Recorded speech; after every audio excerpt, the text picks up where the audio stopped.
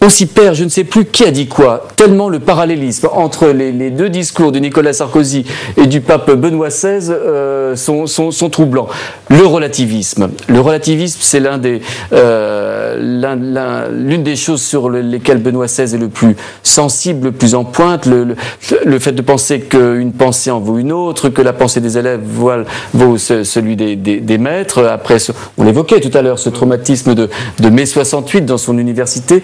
Relativisme également, Nicolas Sarkozy l'a redit, c'est l'une de ses préoccupations pour une société comme la France. Bernard Sellier. Oui, mais j'allais dire, c'est vieux comme le monde. Hein, si tout se vaut, rien ne vaut. Hein, le problème, c'est de trouver des hiérarchies de valeurs. C'est pas les valeurs en soi, mais comment sont-elles classées les unes par rapport aux autres? C'est la question. Alors, elle n'a pas été résolue ce matin, mais c'est vrai que c'est un des points sensibles pour nos sociétés. Et puis, ce rappel à l'assassinat des moines en Algérie. Là encore, Nicolas Sarkozy revient souvent sur ce dossier qui, visiblement, l'a beaucoup affecté. Tout à fait, mais d'une manière générale, moi j'étais très impressionné par le discours du président de la République qui, je considère qu'il n'a pas franchi de ligne jaune, il est resté, mais il a poussé jusqu'à son point le plus fort tout le questionnement qui peut être celui d'une conscience. Et d'une conscience humaine d'aujourd'hui. Même à propos de Lourdes, j'ai pris les notes, même pour le profane, dit-il, il y a un miracle de Lourdes, celui de la compassion, du courage et de l'espérance. C'est un constat qu'on peut faire même sans partager du tout la démarche de ceux qui vont en pèlerinage. Mais ce sont des choses qu'on ne peut constater. Donc, face à ça, je crois que l'intelligence et la conscience moderne s'honorent à se poser la question, plutôt que de dire non, ça c'est pas mon domaine, c'est un champ exclu, extraterritorial, je n'en parle pas, je ne le regarde pas. Donc je crois que on a vraiment un progrès considérable qui est fait en ce moment, d'oser se parler, se regarder, et puis même quand on ne partage pas les mêmes convictions. C'est un peu un clin d'œil. Il a fini, le président de la République a fini par cette citation de Christian de Chergé, hein, donc le prieur des moines de Tibérine. Voilà. Et alors évidemment, ça fait penser qu'il y a une autre citation à Ratisbonne qui a soulevé la colère universelle. Là, je pense que c'est vraiment une citation qui va au contraire réconcilier beaucoup de monde. Mais très belle d'ailleurs, faut bien très belle. Alors j'ai été frappé en même temps, quoi. Il y a des mots qui surprennent. Il a dit c'est un frère chrétien qui parle à un frère musulman. Alors le mot frère musulman m'a quand même un tout petit peu fait tiquer, puisque les frères musulmans, en particulier en Égypte, sont presque des prototypes de l'intégrisme musulman. Alors moi je suppose que le président de la République l'a fait exprès. Pas l'esprit de la lettre. Non, mais c'était quand même fort, quoi. Un frère chrétien, ce qui veut dire ce que ça veut dire, parle à un frère musulman. Alors, frère musulman est quand même une expression très chargée. Voilà la seule chose que je voulais faire remarquer. Je ne suis pas habilité pour donner un label théologique au discours du président de la République, c'est vrai. Olivier Bobineau, vous êtes sociologue des religions. Est-ce que vous souhaitez aujourd'hui, la société française étant ce qu'elle est, que cette réflexion, que ce dialogue sur les fondements de la laïcité dure, comme vous l'évoquiez il y a encore 100 ans en France, puisse évoluer et puisse faire parler les gens, les uns et les autres. C'est vous, monsieur Schlegel, qui rappelez que tout à l'heure, et vous pouvez peut-être nous le confirmer, l'opposition française, la gauche française, c'est finalement peut-être peu présente pour écouter le président et le pape. Bien sûr, Bertrand Delanoë était là. Il y avait qui d'autre, sinon, à votre connaissance? Je n'ai pas cherché systématiquement à faire un inventaire. Hein. Oui, mais c'est vrai que tous les visages que je revois, c'était surtout la droite et le centre. Non, mais je crois que les dirigeants de gauche ont dit que pour des raisons de laïcité, ils n'iraient pas à ces réceptions. Est-ce que vous pensez néanmoins, M. Bobineau, que le terreau est favorable pour éventuellement avancer sur cette question épineuse de la laïcité à la française? Il y a aussi autre chose, si vous me le permettez, parce qu'étant aussi politologue et regardant la vie politique, entre autres à gauche, il y a aussi actuellement la réunion de toutes les sections du Parti Socialiste. Il y a des votes partout. Je crois que ils ont d'autres chats à fouetter. Ils ont beaucoup de travail, ils ont beaucoup de déplacements, et il y a beaucoup de fatigue. Alors, cela étant dit, il me semble que, si vous voulez, la convergence aujourd'hui dans le politique, et en ce sens, on revient sur le champ du religieux, c'est la question du sens.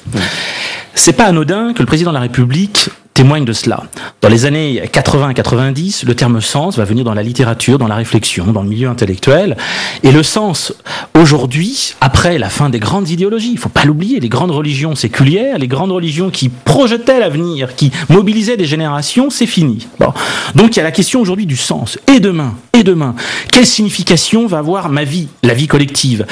Quelle orientation va-t-elle prendre? Comment cela va être incarné, les trois dimensions du sens? Comment cela va se passer? Et là-dessus, ben oui, le terreau, qu'est-ce qu'on a? À quoi on a affaire? À quel type de pratique? À quel type d'expérience? Eh bien, entre autres, dans une société pluraliste comme la nôtre, il y a l'Église catholique. Et je voudrais prendre un point pour vous montrer que le terreau était favorable. L'année dernière, il ne faut pas l'oublier, s'est ouvert une formation tout à fait originale, la formation des cadres musulmans, des aumôniers musulmans et de certains imams. Où s'est-elle ouverte? Je vous le rappelle. À deux pas d'ici. À deux pas d'ici, en effet, du Sénat, à l'Institut catholique de Paris. Bon, deuxième bombe. On fait quoi? On va essayer de former des cadres musulmans, très bien, des aumôniers. Où ça? Chez les cathos? Dans l'imaginaire, ce qui n'est pas le cas, mais c'est chez les curés.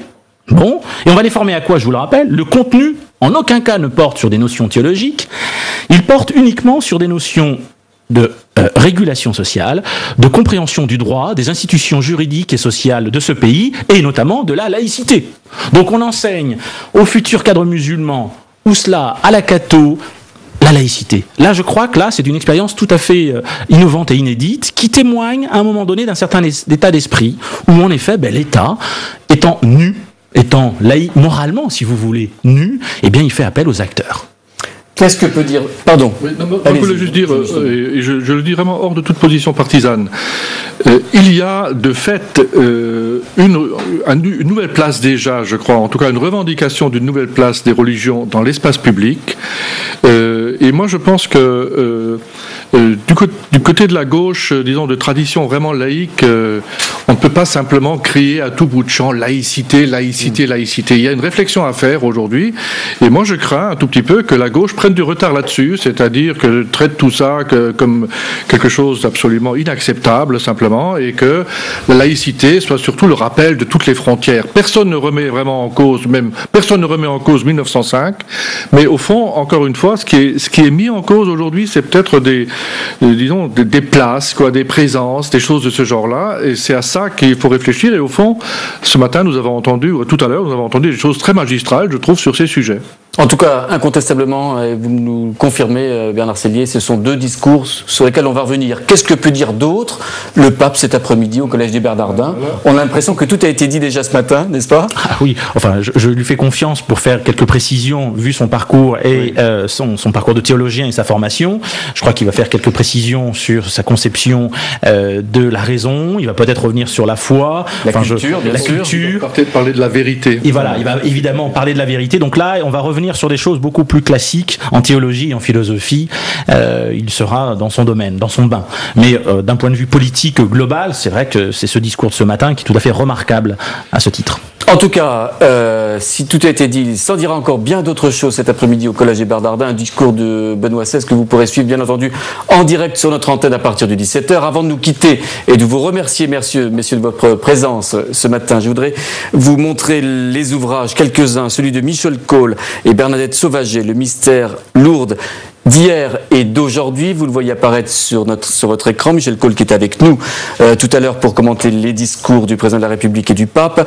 De Philippe Le Villain, l'immense historiographe des papes à travers l'histoire, le moment Benoît XVI où Le Villain raconte cette succession entre ces deux personnalités, Jean-Paul II et Benoît XVI, d'Isabelle Le Golemin chez Bayard, Benoît XVI, le pape incompris, un auteur qui est également correspondant de la Croix à Rome, et puis de Georges Végel, Benoît XVI, Le choix de la vérité, là encore une biographie et très très fouillée, en particulier de ces 3 années de pontificat de Benoît XVI. Rendez-vous cet après-midi à 17h, le Collège des Bernardins, ça sera en direct sur Public Sénat. Merci à tous.